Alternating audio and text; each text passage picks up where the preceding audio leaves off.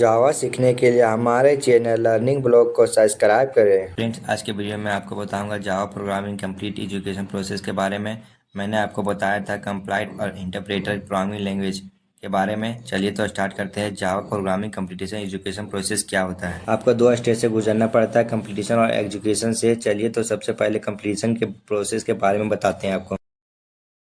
सबसे पहले क्या होगा, हम प्रोग्राम को सेव करेंगे जावा फाइल जिसमें हम सोर्स कोड कहते हैं।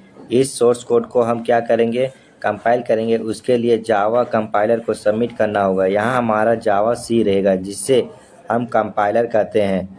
तो ये क्या करेगा, डॉट जावा को क्लास में कन्वर्ट करेगा और इस डॉट क्लास का टोटल लेंथ ऑफ इंटरेक्शन होता है 8 बाइट।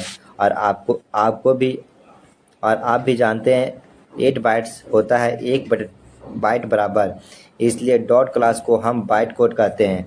तो ये हो गया हमारा कंपाइलर का प्रोसेस। बाइट कोड हमारे पास आ गया है, लेकिन यहाँ पर भी 3 स्टेज होते हैं।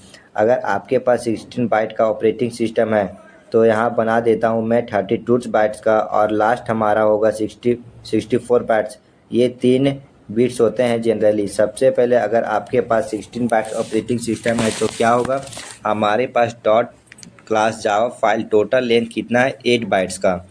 जब आप 8 बाइट्स का इंटरेक्शन 16 बाइट में वाले ऑपरेटिंग सिस्टम में एग्जीक्यूट करवाने के लिए जाएंगे, ये क्या करेगा, 8 बाइट्स को 16 बाइट में कन्वर्ट कर देगा अपने ऑपरेटिंग सिस्टम के हिसाब से। फिर ये आगे प्रोसेस को कंप्लीट करेगा। लेकिन आपके पास 32 बाइट्स का ऑपरेटिंग सिस्टम है तो क्या करेगा, सेम उसी 8 बाइट्स को 32 बाइट्स कन्वर्ट करेगा अपने हिसाब से।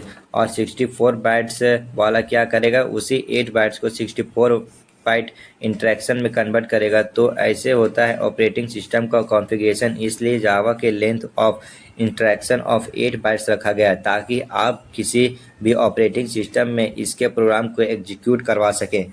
चलिए तो अब हम देखते हैं एजुकेशन ऑफ प्रोसेस के बारे में। एजुकेशन ऑफ प्रोसेस क्या होता है, चलिए देखते हैं। जेवीएम एक इंटरप्रेटर है जो कि आगे के काम को करेगा। सबसे पहले कंपाइलर करने के बाद क्या करेगा, डॉट क्लास फाइल है, डॉट क्लास फाइल क्या करेगा, जेवीएम अपने पास लेगा और आगे का काम इसी से करेगा। तो इस डॉट क्लास फाइल को क्लास लोडर क्या करेगा, यहाँ पे लोडर है, लोडर एक जेवीएम का पार्ट है। तो ये लोडर क्या करेगा, जेवीएम मेमोरी में लोड करेगा। सबसे पहले हमारा बाइट कोड वेरिफिकेशन होगा कि हमने डॉट क्लास फाइल को लोड किया है वो मेमोरी करेक्ट है या नहीं।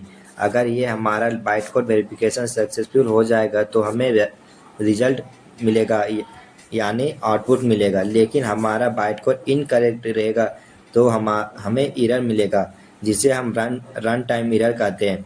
ये आउटपुट नहीं आएगा। तो ये होता है कंप्लीट कंपाइलर और एजुकेशन का प्रोसेस।